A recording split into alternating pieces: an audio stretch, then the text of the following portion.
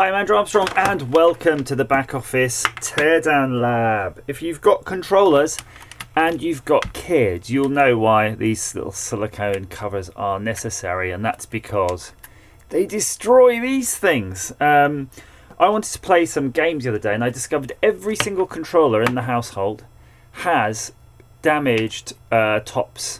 So they've got some sort of plasticky, rubbery, vinyl-y thing going on, and whatever the kids do, they just sort of rip them off. In fact, look at that bloody Play-Doh. But they just rip them off. And you can see they're made out of a soft material, and they probably rot a bit as well. It's probably down to some of the food or whatever it is that the kids are eating all the time. Grubby mitts all over it. But there is a solution. The rubber top things, the silicone covers, are really good. You can get these on Amazon for next to nothing. But again, it's like the shutting the barn door after the horse has bolted. So what you do need to do though, if you have them as damaged as I've just demonstrated to you, you need to buy yourself some of these. And these were recommended to me. These are aftermarket ones, and you can get apparently original-ish ones as well. They're the actual domes with the rubbery stuff on them. And then the aim, of course, is to fit these and then fit your protectors on. So you've got something to actually, one, it makes these perches much better, and two, you know, it's a proper repair at that point. In fact, I'm going to put these on and see if we can actually fit them in place, so we never forget. So I actually bought loads of these and I went around the whole house fitting these silicone covers, and I'm slowly going to go through all the Xbox controllers, Nintendo controllers and everything, and just actually swap out all the crumbly tops. Interestingly enough, I think it pretty much did work out one size fits all for those silicone covers, and I think I bought them in a pack of 8 for £4 from Amazon, so they're really cheap. They definitely fit the Wii U controller, and they definitely fit the Xbox 360 controller, so I'm pretty sure they're just standard. I wonder, there must be like a universal standard size for the analog thumb controllers. Be interesting to know who came out with the first one that actually then became the de facto. I'm kind of thinking it could have been Nintendo.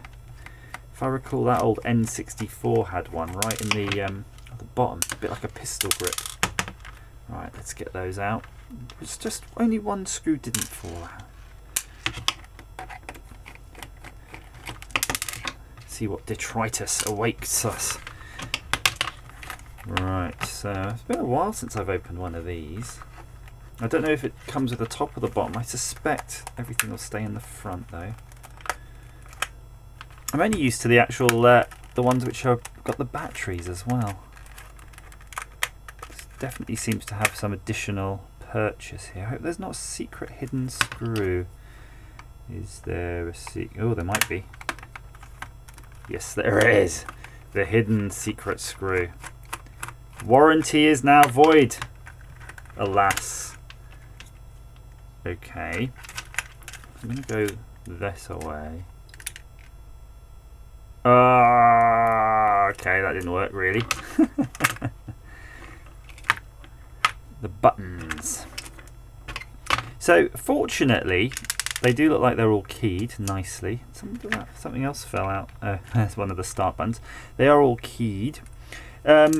I did notice on one of the controllers I got before, someone had replaced all of these with different caps which look like bullets, of all things, bullets. And I do have one of the Xbox controllers with a really sticky, it's got a really sticky blue button, and that could probably be my opportunity. Now I see how it works. I bet the kids have spilt something in there and that's gone all gunky. Wow, look at the X, it's got loads of stuff on that thing. These were really must have been quite expensive controllers to make. I mean, they've got a lot of moving parts here. Right, so now we've got the basic stuff out of the way. I just wanted to clear that so I didn't forget where all that stuff went. So we just pop these off. Pop these off. Pop those on. Pop these off. Pop those on. So just have a look there. They're pretty similar. There's no real discernible things. I mean, maybe the moulding in the original is slightly sharper looking, but I don't think it's a big issue.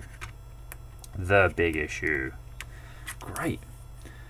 So there's your little motors, and you got like one small weight on that one and one big weight on that. It's all this technology Microsoft put into it. Unbelievable. Right.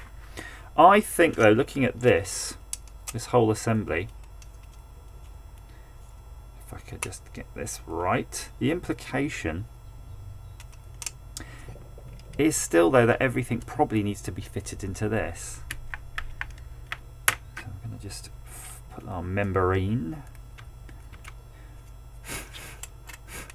Bit of detritus in there, as expected. Oh, but if that's the case, then how do we do the magnets? Don't say the magnets, the motors. They've got wires going around the wire thing and the motors. This is tricky. I'm going to try to sort of merge the two together. See if that works. Ah, motor fall out. No, don't be silly. So they're probably the weakest, some of the weakest controllers, or at least the controllers I always see the most damage on, are the Nintendo Wii controllers. And I don't think they're inherently weak, but I think it's because of the audience, really. The user group for those controllers is... What's going on here? Ah, my rubber caps, my silicone caps don't want to fit. There we go. Had to give a little bit of a push. They didn't want to go through without a little bit of force there. So maybe save the old silicone bit to the end. Everything else feels okay. Yeah, so I think it's because they're always owned by small children. So the controllers get really abused, like just trashed. Whereas the Xbox 360 ones probably owned by a bit more of the maturer age of people. Right, well that's not too bad. I mean, if you're going to do that, it's not really going to take you any time, is it? You'll be playing Minecraft before long. Crunch that all in. Right, let's have a feel. Yeah, I think that's all kind of in there. I've definitely seen better D-pads on things. I don't know if there's D-pad upgrades. I've got I bought an Xbox 360 second hand, and it looked like the controllers had been modded in some way, and I suspect they've done something with the D-pads, because it definitely had better D-pads.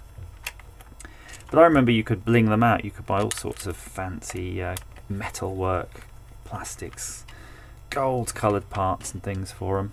Don't know if they're still a thing. Have you got an Xbox One or a PlayStation 4? Soon to be replaced with the PlayStation 5 apparently already.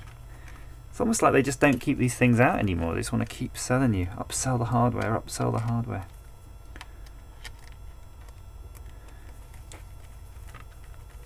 You don't need me. Don't need to see me putting the last screws in, but I think we'll just do that. Then we'll have rounded off the video nicely. No complications. So I'm not sure if there's any gotchas now. I'll plug it all in and something won't work. I suspect though, if your buttons feel normal after you've assembled it up, you've got a pretty good chance that it's all going to work. If you really wanted to, you could just do maybe a couple of the strategic screws and try it, but RT, LT works, LB, right, but clicking nicely. Those are snapping as expected. Clicking, clicking, clicking. Yeah, good. That will probably live now for another 20 years like that. Hope that's been of some use to you. Again, thank you for watching, and keep at the old detritus cleaning. You don't need any Watsits and bits of crisps in there. Now it's better. Now it's better. Bye-bye.